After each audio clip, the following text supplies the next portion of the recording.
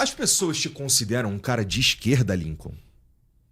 Não. Agora você me assustou. Você diria isso? Não, eu acho que eu sou considerado, eu também não sou de direita, eu sou um cara técnico, né? Eu nunca tive, vamos dizer, claro, eu tenho as minhas preferências, guardo comigo. Eu te pergunto por quê? Mas não, elas me consideram, pelo menos até onde eu sei, me consideravam, né?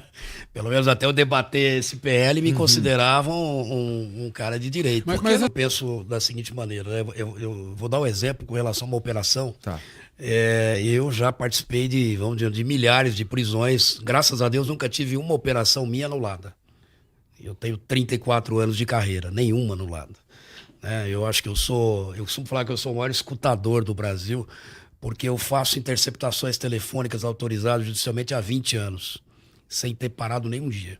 E sem ter nenhuma nulidade reconhecida em nenhum processo que eu tenha atuado.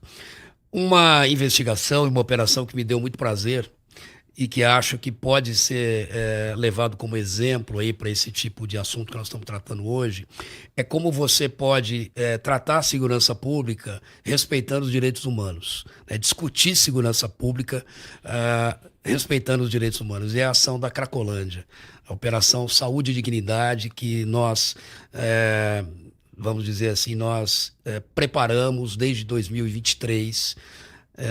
Eu fui procurar o apoio da universidade, né? Fui procurar o apoio da USP para ver quais os modelos que nós tínhamos, né? de solução de problema de cenas abertas de uso de entorpecente no mundo. Chegamos a um modelo da Colômbia que também não deu certo, porque faltou depois uma reocupação do território pelo Estado, mas em cima daquilo ali a gente começou a fazer um trabalho de prospecção, de investigação lá na região da Cracolândia. Colocamos agentes infiltrados durante quase um ano lá, com autorização judicial, para que a gente entendesse o fenômeno. Né? Eu passei a entender que aqueles usuários, eles não eram, e nem os traficantes também, os principais responsáveis pela presença do fluxo naquele local. Muita gente estava ganhando dinheiro ali, havia todo um ecossistema criminoso, que não era só formado pelo tráfico. Nós tínhamos hotéis, tínhamos desmanches, reciclagem, receptação de celulares, enfim, toda uma... Comprando cobre, não é isso? Isso. Então, veja, era todo um ecossistema de economia que favoreciam a presença, sem contar outras questões de alimentação, né, que faziam com que o usuário ficasse naquele local. Só que nós enxergamos, e eu enxerguei isso, que eles eram vítimas. Eles eram ali, o objeto da operação não era aquele sujeito que estava lá, o viciado que estava no fluxo.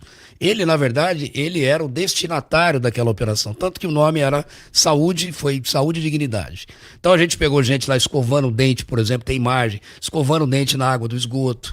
Nós temos imagem de garotinho de 5, 6 anos tirando com um canivete uma tampinha de água, de garrafa PET, para entregar para um sujeito que vai vender aquilo. E depois nós acabamos comprando isso, eu falo isso nas minhas palestras, né, como selo verde, como estamos defendendo a natureza, e lá na ponta tem trabalho escravo, trabalho infantil, tem exploração desses usuários, a desgraça alheia. Então, essa foi uma operação também que a gente fez multiagência, como eu disse, que o planejamento demorou mais de um ano, né, e nós tivemos no dia da operação 1.550 policiais.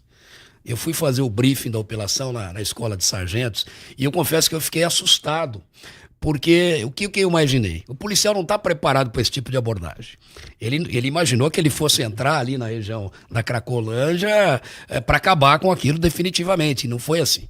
Deixamos bem claro, né? A gente passou a imagem e falou, esse pessoal aqui vai ser cuidado. Então vai ter todos os serviços disponíveis, ninguém vai tocar. Né? Não foi disparado um tiro de bala de borracha sequer. Inclusive, as ONGs, o pessoal da esquerda nos elogiou. E da direita também, porque, de certa maneira, depois de um ano, o fluxo desapareceu, pelo menos naquela medida. Né? E não desapareceu do dia para a noite. Eu sei que está havendo uma exploração política por muitos candidatos, né? Mas foi uma operação que foi idealizada, foi técnica, que teve participação de todas as polícias, né, da Receita, a importância da Receita Federal. Né? Nós descobrimos que um ferro velho comprou no mês 1.500 litros de cachaça. O ferro velho. A gente só descobriu isso como cruzando os dados da Receita Federal. E aquilo era impensável. O que ele vai fazer? Aí a gente, nas filmagens, a gente verifica o sujeito lá, o usuário, levando um objeto furtado, às vezes um fio de cobre, entregando, né, para aquele comerciante que é um receptador, e ele paga o usuário com 1 litro de cachaça, com um corote de pinga. Então veja que a gente agiu para resgatar a dignidade, né? Então isso é uma operação, como eu disse, tem data para começar e não tem data para terminar, que me trouxe e tem me trazido uma satisfação muito grande. Tem o caso da favela do Moinho, né? A favela do Moinho, em que pese ter lá mais de 1.200 famílias, tinham, hoje tem menos, cadastradas, moradores de bem, eles viviam sob o jugo do PCC, né? O Léo do Moinho dominava aquela região, então eu falei, olha, a gente só pode intervir aqui se a gente acabar com esse entreposto aqui de drogas, etc.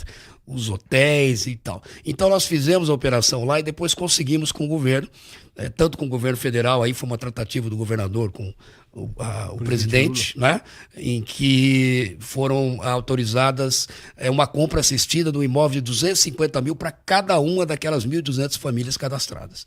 Hoje 80% já aceitaram, aquilo está sendo demolido, vai ser transformado num parque, né? E numa estação de trem moderna, e, de certa maneira, devolver aquele espaço para o Estado e para a população.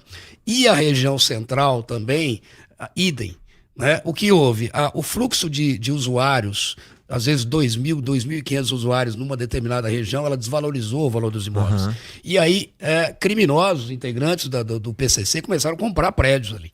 Né? Sabendo, inclusive, que haveria uma valorização com a mudança da sede do governo para lá.